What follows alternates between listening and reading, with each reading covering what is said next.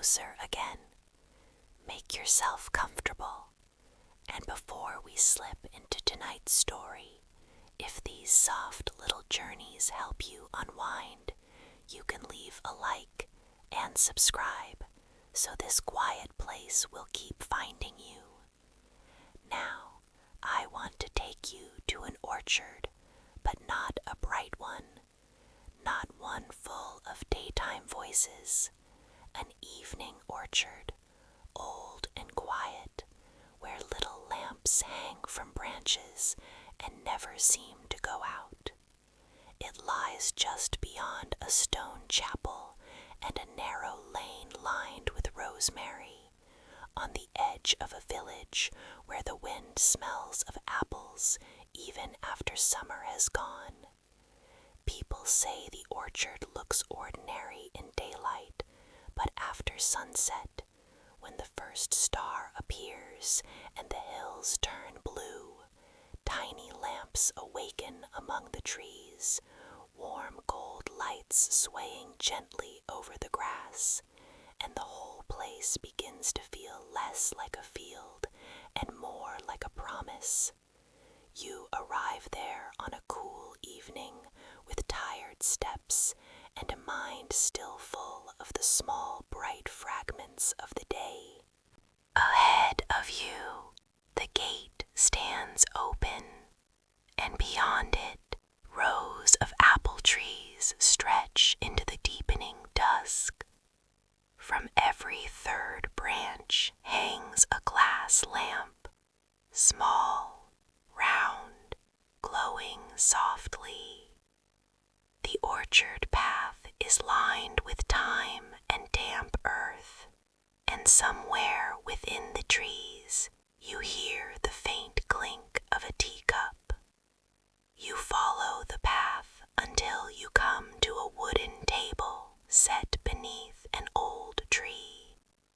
There is a lantern on the table, a plate of sliced pears, a folded blanket over the back of a chair, and beside the table stands a gardener with rolled sleeves and silver hair.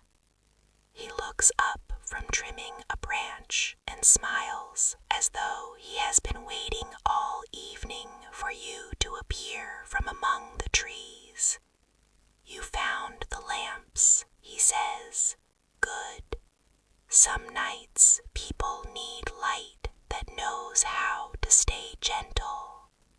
He invites you to sit and pours warm cider into a cup, steam carrying the smell of apple and cinnamon into the cool air. Above you, the lamps sway just enough to send little moving shadows over the grass, and the whole orchard seems to breathe slowly around you. I keep the lamps lit for the late-hearted, the gardener says, for people who get to the end of the day and realize they have been standing inside themselves too stiffly. He says it so plainly that you almost laugh, because it is exactly right. For a while you sit in silence, listening to the leaves move, to an owl far off near the wall, and to the quiet, glassy click of the lamps when the breeze touches them. Then the gardener reaches into the pocket of his coat and pulls out a small stack of weathered cards dyed with green thread. People leave notes here sometimes, he says, when the orchard has helped them remember something simple. He unties the thread and reads from the top card.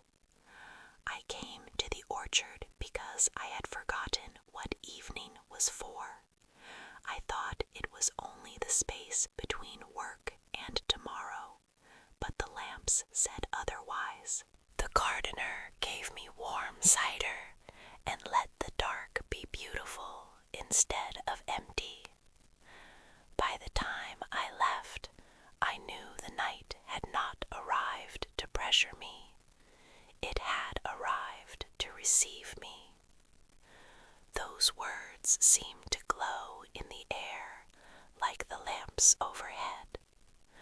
The gardener ties the cards again and sets them on the table, then says, "People treat the evening like a hallway, something to rush through on the way to sleep, but it can be a garden too."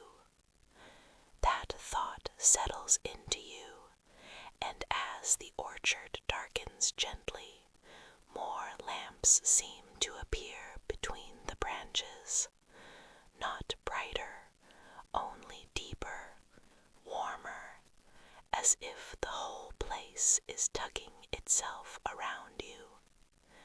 After some time, the pardoner rises and leads you farther between the rows, until you reach a tree at the far end of the orchard, its trunk broad and silvered with age.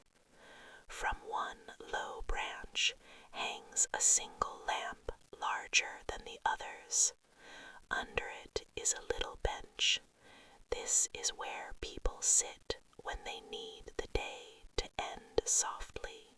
He says, "You sit there a while, the bench cool beneath you, the lamp above you making a warm circle in the grass, the orchard stretching away in quiet lines of gold and shadow, and slowly your mind stops running ahead, stops rearranging tomorrow, stops standing at attention.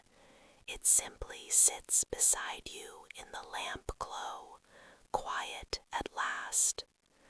When you return to the table, the gardener wraps one small apple in brown paper and hands it to you. For morning, he says, so you remember that even after dark, something sweet was still growing. You thank him, and when you walk back toward the open gate, you turn once. The orchard is all lamps now, gold among the trees, steady as breathing. So tonight you can rest there a little while beneath the old branches, with warm cider in your hands and the lamps above you refusing to go out. Let the orchard keep the evening. Let the wind move softly through the leaves, and let yourself drift toward sleep, lightly, gently,